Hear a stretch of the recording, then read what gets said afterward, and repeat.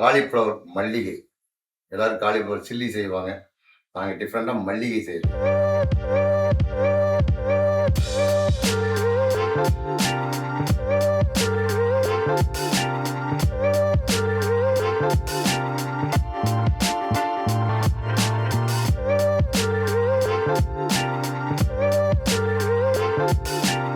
வணக்கம். இன்னைக்கு என் கிச்சனில் காலிஃப்ளவர் மல்லிகை.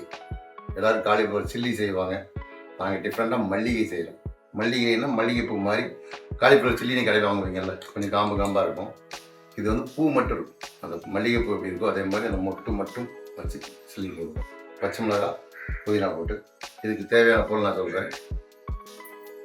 நல்ல காலிஃப்ளவர் பூ மட்டும் இருக்கிற மாதிரி காலிஃப்ளவர். ஏன்னா ரொம்ப காம்பு இருந்து காலிஃப்ளவர் விரிஞ்சிருந்தாலும் அது நல்லா இருக்காது. அந்த டிஷ்ஷுக்கு நல்லா அந்த மாதிரி மொட்டு மொட்டாக காலிஃப்ளவர் வாங்கிடுங்க.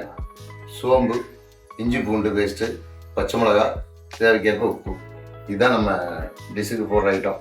கடலை மாவு, மைதா மாவு போடுவோம். கடலை மாவு போட்டு நான் உங்களுக்கு போடும்போது இப்போ பூவை வெட்டினதுக்கப்புறம் அரைச்சி காமிக்கிறேன். மல்லி புதினாவே அரைக்கணும். பச்சை மிளகா மூணையும் நல்லா அரைச்சிக்கணும். அரைச்சதுக்கப்புறம் பூவில் வெட்டி கலக்கி அப்படியே போட்டு ஈஸியாக ஒரே நேரத்தில் செஞ்சிடலாம். வீட்டில் ஒரு கெஸ்ட் வந்துருக்குறாங்க, சாப்பாடு வேணும், ஏதாவது செய்யணும்னா அடுத்த 10 நிமிஷம் ஒரு பூவை வச்சுக்கலாம். கொஞ்சம் மல்லி புதினா வரைச்சி டக்குன்னு கொஞ்சம் கடலை மாவு போட்டு கரைச்சி ஊற்றி ஒரு எண்ணெயில் போட்டு எடுத்திங்கன்னா மல்லிகை, காலிஃப்ளவர் மல்லிகை சூப்பராக இருக்கும்.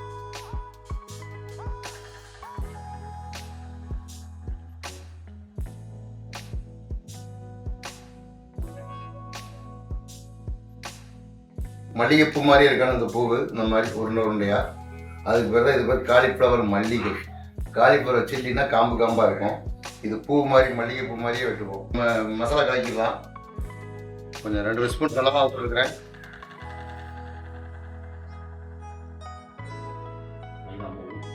2 ஸ்பூன் கார்ன்ஃப்ளவர், 2 ஸ்பூன் மைதா.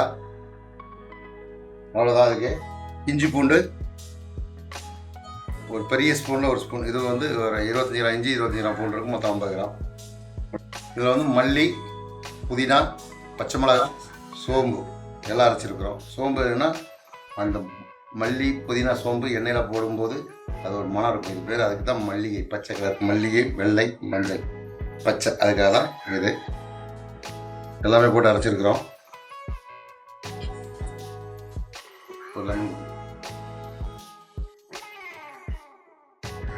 நாங்கள் இவ்வளோ போடுறோம்.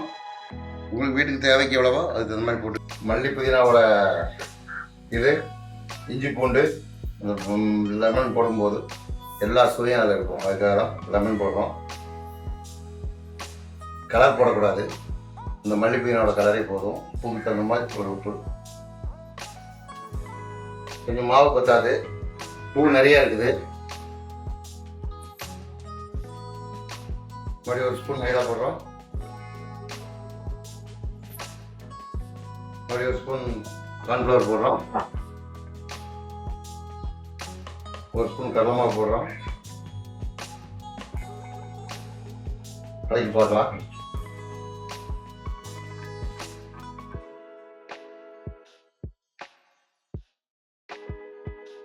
இன்னும் கூட மசாலா மட்டும் தான் ஒட்டி இருக்குது. பத்தலை. கொஞ்சம் கடலை மாவு போடுறோம். கடலை மாவு போடுங்க.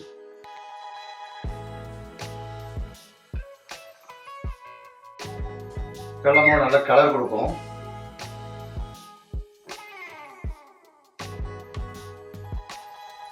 இப்போ கலக்கியாச்சு. மாவு நல்லா கலக்கிட்டோம். இப்படி பிடிக்கும்போது ஒட்டணும் லேசாக. அந்த ஒட்டுற பசை அந்த சவுண்டு கேட்கணும். அந்த அளவுக்கு ஒட்டினா போதுமானது. சரிங்களா? ஓகே. ஒரு 2 நிமிஷம் இருக்கட்டு. ஒரு 2 நிமிஷம் ஊற வச்சுட்டு 2 எண்ணெயில் பொரிக்கும். இப்போ பொரிக்கிறதுக்கு தேவையான எண்ணெய் ஊற்றுறோம். ஓகே. இது ரிஃபைண்ட் ஆயில்.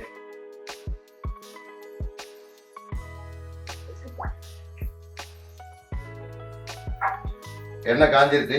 இந்த இளம் சூடு. ரொம்ப சூடு வைக்கக்கூடாது. இளம் சூடு வைக்கணும். ஏன்னா மல்லி வந்து கறி ரொம்ப சூடாக இருந்தால் கறி அப்படி பொண்ணாட்டும் போடலாம்.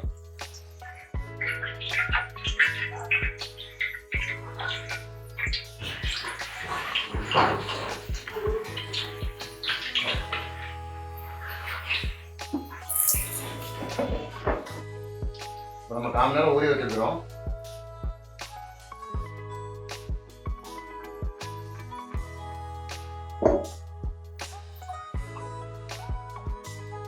போட்டோடனே கரண்டி போட்டக்கூடாது. மல்லியெல்லாம் மசாலா உடஞ்சி போயிடும். கொஞ்சம் மிதக்க ஆரம்பிக்கும். சைட்லேருந்து மெதுவாக போடாது, அதான் அப்படியே உடஞ்சிடும். கொஞ்சம் எல்லா இடத்துலையும் ஒட்டிக்கிட்டு இருக்காது. காலிஃப்ளவர் வெள்ளையாகவும் இருக்கும், காம்பில் அந்த பச்சை கலர் இருக்கும். அதுதான் மல்லி.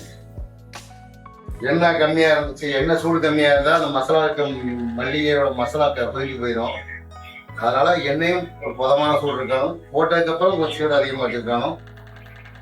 கரண்டியை போட்டு கலக்கிடக்கூடாது. ஏன்னா இதில் வந்து மல்லித்தலையில் வந்து பப்பிங் இது கிடையாது, இது மேலே கோட்டிங் மட்டும்தான். வேற டக்குன்னு உடஞ்சி போயிடும். அதனால் அதை பக்குவமாக அப்படியே போட்டு இருக்காரு.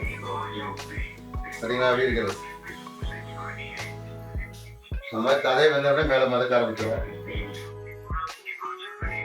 நல்ல மனமாக இருக்கும். ஓகே, இப்போ வந்தாச்சு, எடுத்துடலாம்.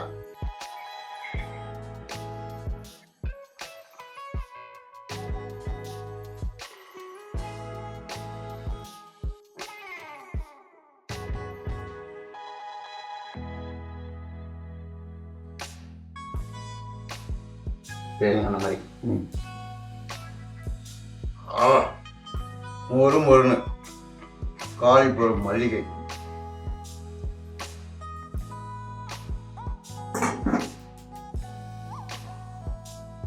நல்லா இருக்குது. அந்த மல்லிகை புதினாவோட ஃப்ளேவர், உப்பு, சோம்போட வாசம், சோம்போட எடுத்துருக்கோம், சோம்போட வாசம், மாவு அதிகமாக இருக்காது.